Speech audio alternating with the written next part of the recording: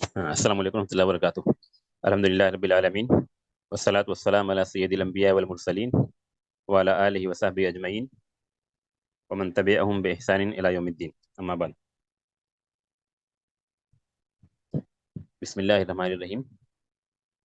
آج کے درس میں ملائکہ پر ایمان بالملائکہ، اس سے متعلق کچھ چیزیں باقی رہ گئی تھی جو کل کے درس میں نہیں مکمل ہو سکی، اسی کا تکملہ تتمہ اسی کو کمپلیٹ کریں گے آج کے درس میں۔ یعنی فرشتوں پر ایمان لانے سے متعلق کچھ باقی چیزیں ہیں جن کو ہم کتاب و سنت کی روشنی میں سمجھنے اور پڑھنے کی کوشش کریں گے انشاءاللہ۔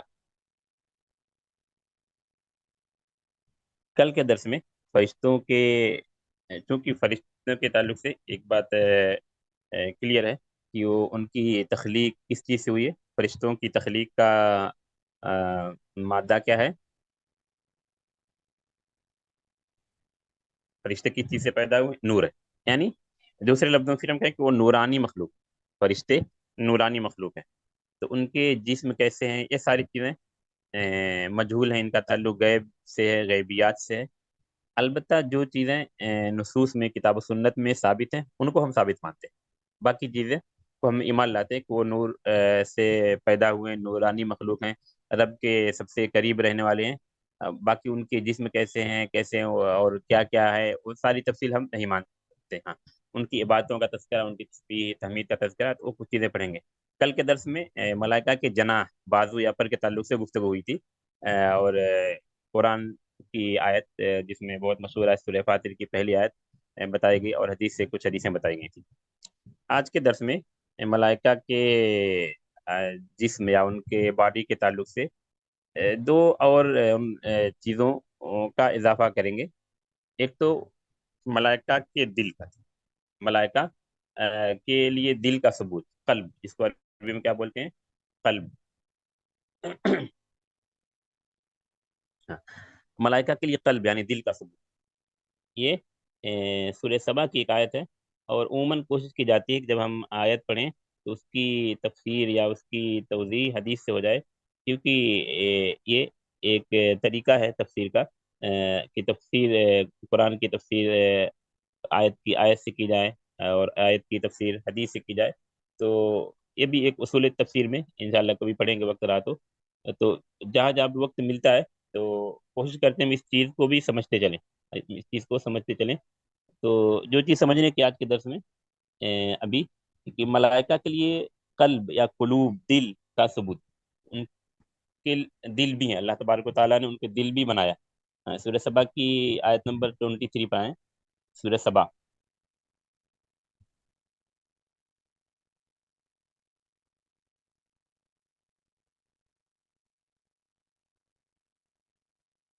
سورہ سبا آیت نمبر 23۔ اس آیت کا مفہوم یہ ہے کہ اللہ تبارک و تعالیٰ کہ ہاں کسی کی سفارش کچھ فائدہ نہیں دے گی جب تک اللہ کی اجازت نہ ہو۔ سورہ سبا، ہاں، جب ان کے دلوں سے یعنی فرشتوں کے دلوں سے خوف دور ہو جاتا ہے تو سوال کرتے ہیں کہ رب نے کیا فرمایا، تو جواب دیتے ہیں ایک دوسرے کو حق فرمایا، وهو العلی الکبیر، بلند بالا۔ الفاظ ولا تنفع الشفاعة عنده الا لمن اذن له، اللہ کے پاس کسی کی شفاعت، کسی کی سفارش کچھ فائدہ نہیں دے سکتی، الا لمن اذن له، سوا اس شخص کے لیے جس کے لیے رب اجازت دے۔ ہاں جی، رب کی اجازت کے بغیر کوئی سفارش نہیں کر سکتا، متعدد آیتوں میں، اور سب سے واضح آیت الکرسی میں، من ذا الذی یشفع عنده الا باذنہ، بہت سارے حکام اسماء و صفات سے متعلق بتائیں گے آیت الکرسی میں۔ اس کے بعد جو محل شاہد ہمارا ملائکہ کے لیے قلوب کا ثبوت، قلوب کا اس بات، دل کا ثبوت، حتی اذا فزع عن قلوبہم، یہاں تک کہ جب فزع دور کر دیا جاتا، خوف وحشت جو ہوتی ہے جب اللہ تبارک و تعالیٰ کا کوئی امر نافذ ہوتا ہے، اللہ تعالیٰ کوئی حکم دیتے ہیں، کوئی فیصلہ دیتے ہیں، تو فرشتے مارے خوف کے اپنے بازو یا اپنے پر اس طرح فڑفڑاتے ہیں، ان کے پروں سے اس طرح آواز آتی ہے جس طرح پتھر پر کچھ مارا جائے، حدیث پڑھیں گے تو اس میں سمجھ آئے گا، یعنی تیز فڑفڑاتے ہیں، اور ایسا سمجھیے کہ بے ہوش ہو جاتے ہیں۔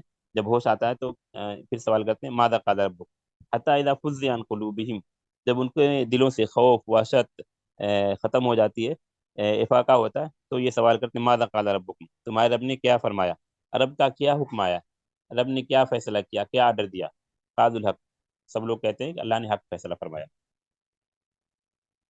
فزع عن قلوبہم، قلوب قلب کی جمع ہے، یہ کن کے قلوب کا تذکرہ ہو رہا ہے؟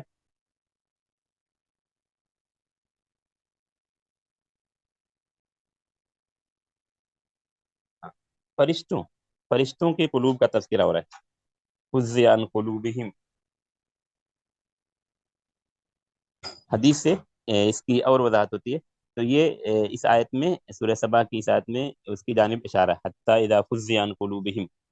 اس سے پہلے کے جو لفظ وہ شفاعت سے متعلق ہے کہ رب کی اجازت کے بغیر کوئی سفارش نہیں کر سکتا، ولا تنفع الشفاعة عنده الا لمن اذن له۔ محل شاہد ہمارا حتی اذا فزع عن قلوبہم قالوا ماذا قال ربكم، جب ان کے دلوں سے خوف وحشت ڈر ختم ہو جاتا ہے، افاقہ ہوتا ہے انہیں، تو یہ سوال کرتے ہیں کہ رب نے کیا فرمایا، رب کا کیا حکم آیا۔ تو لفظ یہ یاد کرنے سے متعلق ہے، ملائکہ کے لیے دل کے ثبوت سے۔ اب اس کی تفسیر جب حدیث میں پڑھتے ہیں، حدیث میں اسپیشل بخاری میں اور تفسیر ابن کثیر اور تفسیر تبری وغیرہ میں بھی اس روایت کو مفسرین نے نقل کیا ہے، کیونکہ آیت کی تفسیر و حدیث سے کرنے کا اہتمام کرتے ہیں۔ تو بخاری پر آ جائیے، بخاری حدیث نمبر 4800، نمبر سے لیجیے 4800۔ ہاں،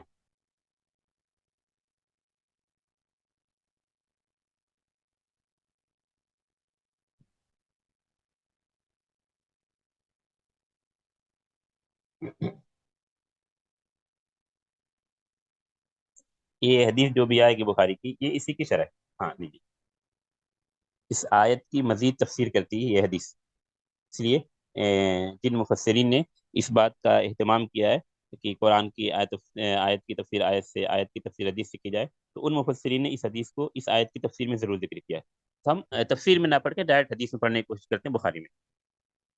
ابو ہریرہ رضی اللہ عنہ اور اس حدیث کے راوی ہیں، حدیث بخاری کی ہے، اذا قضى اللہ الامر فی السماء، جب اللہ تبارک و تعالیٰ آسمان میں کوئی فیصلہ نافذ کرتے ہیں، کوئی فیصلہ کرتے ہیں، ضربت الملائکۃ باجنحتها، فرشتے، اجنحہ یا جناح کی جمع ہے جو پہلے گزر چکا ہے سورہ فاتر کی آیت اور دوسری آیت میں، دوسری حدیث میں، ضربت الملائکۃ باجنحتها، ملائکہ اپنے پروں کو مارتے ہیں، خذعانا، خشوع خضوع کی وجہ سے، خوف کی وجہ سے، لقولہ، اللہ کے قول، اللہ کے امر، اللہ کے قضاء، اللہ کے فیصلے کی وجہ سے، خوف کے مارے اپنے پروں کو فڑفڑاتے ہیں۔ آواز کیسی آتی ہے؟ ملائکہ جو اپنے پروں کو فڑفڑاتے ہیں خوف اور وحشت کے مارے، یہاں خذعان لقولی کہا، اللہ کے قول سے خشوع خضوع، خوف کی وجہ سے پروں کو فڑفڑاتے ہیں، اسے تشبیہ دی ہے کأنہ سلسلۃ علی صفوان، صفوان کہتے ہیں پتھر کو، چکنا پتھر، گویا کی چکنے پتھر پر، سلسلہ بولتے ہیں زنجیر، سلسلہ کے کئی معنی آتے ہیں، سیریز کے معنی میں بھی آتا ہے، لیکن یہاں سلسلہ کا معنی کیا ہے؟ زنجیر۔ جہنمیوں کے جو احوال بتائے گئے ہیں، اس میں کہا گیا ثم فی سلسلۃ ذرعها 70 ذراع، ثم فی سلسلۃ ذرعها 70 ذراع فاسلکوہ، ان کو بیڑیوں میں، زنجیروں میں جکڑ دو، ذرعها 70 ذراع، جو 70 گز کی یا 70 ہاتھ کی بیڑیوں میں جکڑ دو۔ تو سلسلہ کا معنی کیا ہے؟ زنجیر۔ کأنہ سلسلۃ علی صفوان، پروں کو فڑفڑاتے ہیں خوف کی وجہ سے، مارتے ہیں، آواز کس طرح آتی ہے؟ اس طرح چکنے پتھر پر زنجیر مارنے کی آواز، آپ تصور کریں، نارمل تراب مٹی نہیں کہا، پتھر پر زنجیر مارنے سے جو آواز آتی ہے، اس طرح آواز آتی ہے جب ملائکہ رب کے حکم کو سن کر خوف زدہ ہوتے ہیں اور اپنے پروں کو مارتے ہیں، کأنہ سلسلۃ علی صفوان۔ ہاں، جامع الکتب تسع، ہاں ایپ کا نام ہے جامع الکتب تسع، الکتب تسع، محمد کا نام ہوگا، انشاءاللہ گروپ میں شیئر کر دیتے ہیں۔ اس ایپ کی خوبی ہے کہ کتب ستہ، اس کے ساتھ مسند احمد، موطا امام مالک اور مسند دارمی، یعنی حدیث کی جو بڑی کتاب ہے کتب ستہ یا صحاح ستہ جن کو کہا جاتا ہے، اور اس کے بعد پھر مسند احمد جو حدیث کا بڑا ذخیرہ ہے، اور اس کے بعد موطا امام مالک جو حدیث کی اولین کتابوں میں سے، اور اس کے بعد مسند دارمی جو ابھی حدیث کا ایک ذخیرہ ہے، تو 9 کتابوں کا ایپ اس میں ہے، اور اس کے ساتھ شرح بھی، صرف حدیث نہیں، حدیث کی عربی میں شرح بھی ہے، اور روات پر بھی مختصر تفصیل ہے، اور بخاری اور مسلم کی حدیثوں کے علاوہ جو سنن کی حدیثیں ہیں اس پر احکام بھی نقل کیے گئے ہیں علامہ البانی رحمۃ اللہ علیہ کے، یا اس سے پہلے متقدم علماء کے۔ تو تقریباً یہ ایپ طلبہ کے لیے مفید ہے، اور بہت ساری چیزوں سے بے نیاز کر دیتا ہے۔ Arabic, Arabic only, Arabic only Arabic ہے۔ اردو کے لیے کتب مکتبہ شاملہ کا اردو کا ایپ ہے، یہ عربی کے لیے اونلی عربک، اس میں اور دوسری کوئی لینگویج نہیں ہے، لیکن پھر بھی انشاءاللہ جو طلبہ معمولی سمجھتے ہیں تو بہت ساری چیزیں استفادہ کر سکتے ہیں اس ایپ سے۔ ہاں، تشبیہ بتا رہا تھا، کأنہ سلسلۃ علی صفوان، فرشتے جو پر فڑفڑاتے ہیں، حرکت دیتے ہیں تیزی سے، اس سے کیسی آواز آتی ہے؟ سلسلۃ علی صفوان، سلسلۃ علی صفوان، پتھر پر زنجیر مارنے کی آواز، سلسلہ، پتھر پر زنجیر مارنے کی کیسی آواز ہوگی؟ تیز آواز ہوگی۔ آدمی، آپ اپنے گھر میں سو رہے ہیں، آرام کر رہے ہیں، کوئی دروازہ نو کر دیتا ہے، کبھی جب آپ خواب شروع کی نیند ہو، یا اوپر سے کوئی نو کر دیتا ہے تو تکلیف ہوتی ہے، لیکن یہاں کیا کہا جا رہا ہے؟ کأنہ سلسلۃ علی صفوان، پتھر پر زنجیر مارنے کی جو آواز ہوتی ہے، اس طرح آواز ہوتی ہے جب فرشتے خوف کے مارے اپنا پر فرفڑاتے ہیں، جب اللہ کوئی فیصلہ نافذ کرتے ہیں۔ یہ رب کی عظمت کو سمجھنے کے لیے بھی یہ آیت اور حدیث بہت اہم ہے۔ رب کی عظمت، رب کا امر، رب کا قضا، رب کا فیصلہ، رب کا حکم، اور فرشتے جو رب کے سب سے قریب ہیں وہ کتنے خوفزدہ ہوتے ہیں رب کا حکم سن کر، رب کا حکم سن کر، رب کا قضا سن کر بے ہوش ہو جاتے ہیں۔ اس لیے آیت میں کہا فزع عن قلوبی، جب ہوش آتا ہے، افاقہ ہوتا ہے۔ خوف کی ایک کیفیت یہ کہ وہ اپنے پروں کو فڑفڑاتے ہیں، حرکت تیزی سے دینا شروع کر دیتے ہیں، اور ایسی آواز آتی ہے جس طرح پتھر پر زنجیر ماری جائے، پتھر پر زنجیر ماری جائے۔ آپ اپنے گھر میں بیٹھے ہوں تو ایک چھوٹا سا کوئی چاقو، چھوٹا سا کوئی چمچا، کوئی پین پتھر پر گرا، ایک آواز آئے گی جس سے ڈسٹرب ہوتا ہے، آدمی کوئی کام کر رہا ہے، لیکن زنجیر مارنے کی آواز جب پتھر پر ہو تو کیسی آواز ہوگی؟ اس کا آپ تصور کیجیے، کہا کأنہ سلسلۃ علی صفوان، پتھر پر زنجیر مارنے کی آواز۔ پھر اس کے بعد آیت، جو آیت ہم پڑھے سورہ سبا کی، اس آیت کا کچھ ٹکڑا ہے، فَإِذَا فُزِّعَ عَنْ قُلُوبِهِمْ، جب ان کے دلوں سے خوف، ڈر، وہم دور ہو جاتا ہے تو کہتے ہیں ماذا قال ربکم، وہی سوال کرتے ہیں کہ تمہارے رب نے کیا فرمایا۔ تو فُزِّعَ عَنْ قُلُوبِهِمْ، کن کے دل کی بات ہو رہی ہے؟ آیت میں بہت زیادہ واضح نہیں تھا، لیکن آیت کو جب ہم حدیث سے ملائے اور آیت کی تفسیر حدیث سے سمجھنے کی کوشش کیے تو کیا سمجھ میں آیا کہ یہ فرشتوں کے دل کی کیفیت بتائی جا رہی ہے، فرشتوں کے دل کی کیفیت بتائی جا رہی ہے۔ تو پتہ چلا کہ اسے کیا چیز، جو فرشتوں کے اجسام یا فرشتوں کے جسم کے ایک اہم پارٹ کا پتہ چلا کہ فرشتوں کو دل بھی اللہ نے بنایا، اور بھی باقی کیا کیا چیزیں ہم قیاس نہیں کرتے، جو چیزیں نصوص سے صراحتاً سمجھ میں آتی اس چیز کا تذکرہ کیا جا رہا ہے۔ قلوب کی کیفیت، ہاں، قلوب کی کیفیت کیا ہوتی ہے؟ قلوب خوفزدہ ہو جاتے ہیں، قلوب خوفزدہ ہو جاتے ہیں، اس لیے کہا فُزِّعَ عَنْ قُلُوبِهِمْ، جب ان کے دلوں سے خوف دور ہو جاتا ہے۔ پھر آگے جو چیز حدیث میں بیان کی گئی ہے کہ جو اچکے ہوتے ہیں، جو جن اور شیاطین رب کے کلام کو اچکنا چاہتے ہیں، وہ اوپر جا کر سننا چاہتے، سننے کے لیے جا کر بیٹھتے تھے۔ قرآن کے نزول کے وقت اللہ نے سیکورٹی لگا دی، سورہ جن میں اس کا تذکرہ، اور جو متعدد اسباب بیان کیے گئے، 3 اہم اسباب بیان کیے گئے تاروں کو پیدا کرنے سے متعلق، اس میں سے کہ رجوم للشیاطین، اس کا تذکرہ۔ جو ہمارا محل شاہد تھا اس آیت اور حدیث سے جو سمجھنے کی کوشش تھی وہ کیا تھی؟ بتائیے آپ لوگ ابھی سورہ سبا کی آیت اور بخاری کی اس حدیث سے ہم کیا سمجھنے کی کوشش کر رہے تھے؟